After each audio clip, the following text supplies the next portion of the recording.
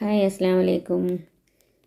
ഞാൻ വെള്ളരിക്കാൻ്റെ കറി വെച്ചിട്ടുണ്ടായിട്ടേ, അപ്പോൾ അതിൻ്റെ പകുതി ഞാൻ എടുത്തിട്ട് വെച്ചിട്ടുണ്ടായി. വെള്ളരിക്ക ബന്തി വെക്കാൻ നേരത്തെ. അപ്പോൾ ഇന്ന് ഉച്ചക്ക് എന്തോ കറി ഇല്ലാതിരിക്കുമ്പോഴേ ഞാൻ വിചാരിച്ച് ഈ വെള്ളരിക്ക ബന്തി വെക്കാമെന്ന് വിചാരിച്ചിട്ട് ഞാൻ ഇതിനെടുത്തത്. അപ്പോൾ എന്നെല്ലാം എടുത്തിട്ട് പകുതി വെച്ചെങ്കില്ല നമുക്ക് എന്തോ ആകുന്നില്ല, നല്ല ഉണ്ടാകുന്ന കൂട്ടയിൽ, നല്ല കൂട്ടയിൽ ഇങ്ങനെ കെട്ടിയിട്ട് വെച്ചിട്ടുണ്ടെങ്കിലേ എന്തോ ആകുന്നില്ല, നല്ല ഫ്രഷിലുണ്ടാകുന്നു. ഇപ്പോൾ ഞാൻ ഇതിനെ എടുത്തിട്ട് മുറിക്കുന്നുണ്ട്. ഇപ്പോൾ ഞാൻ തൊലിയെല്ലാം എടുത്തിട്ട് വെച്ചിട്ടുണ്ടായത്. അപ്പോൾ നല്ല പാങ്ങല കഷ്ണാക്കിയിട്ട് എടുക്കുന്നുണ്ട്. ഇപ്പോൾ ഇത് പകുതി 4 കഷ്ണാക്കിയിട്ട് എടുത്തിട്ടല്ലേ, അപ്പോൾ 4 കഷ്ണമുണ്ട്.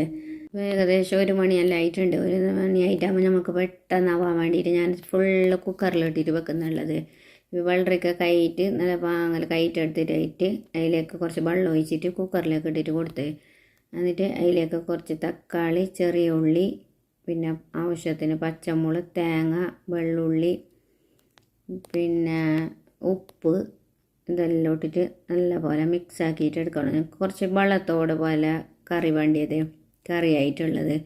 അങ്ങനെ ഞാൻ കുറച്ച് വെള്ളം ഒഴിച്ചിട്ട്, അല്ലെങ്കിൽ വേണ്ടാത്തവർക്കില്ല, വെള്ളം ഒഴിക്കേണ്ട ആവശ്യമില്ല. ഞാൻ കുറച്ച് വെള്ളം ഒഴിച്ചിട്ട് ആക്കിയത്. അപ്പോൾ നിങ്ങളെല്ലാം എങ്ങനെ ഉണ്ടാക്കുന്നതെല്ലാം കമൻ്റ് ആക്കുക. അപ്പം ഞാൻ 2 വിസിൽ വന്നിട്ടാകുമ്പോൾ എടുത്തിട്ടാകുമ്പോൾ നല്ല ബന്ധിട്ട് വന്നിന്. ഇപ്പോൾ ഇത് ഇങ്ങനെ കറിയോട് കൂടിയുള്ളത് ഞങ്ങൾക്ക് വേണ്ടിയത്. ഇപ്പം നല്ലതാ, തേങ്ങ എല്ലാം ബന്ധിട്ടില്ല, നല്ല മണം വരുന്നത്. അതിൻ്റെ ഇടയ്ക്ക് ഞാൻ ഉപ്പ് ചക്കാക്കുന്നുണ്ട്. ഉപ്പ് തേഞ്ഞിനാണ്. ഇപ്പോൾ ഉപ്പെല്ലാം കറക്റ്റായിട്ട് വന്നിട്ടുണ്ട്. പച്ചമുളക് നല്ല പാങ്ങലിടണം. നല്ല ഇതെൻ്റെ ഇപ്പോൾ കാരമില്ലാത്ത മുളക് അതിനെ കൊണ്ടില്ലേ, ഞാൻ 4-5 എന്തോ ഇട്ടിന്.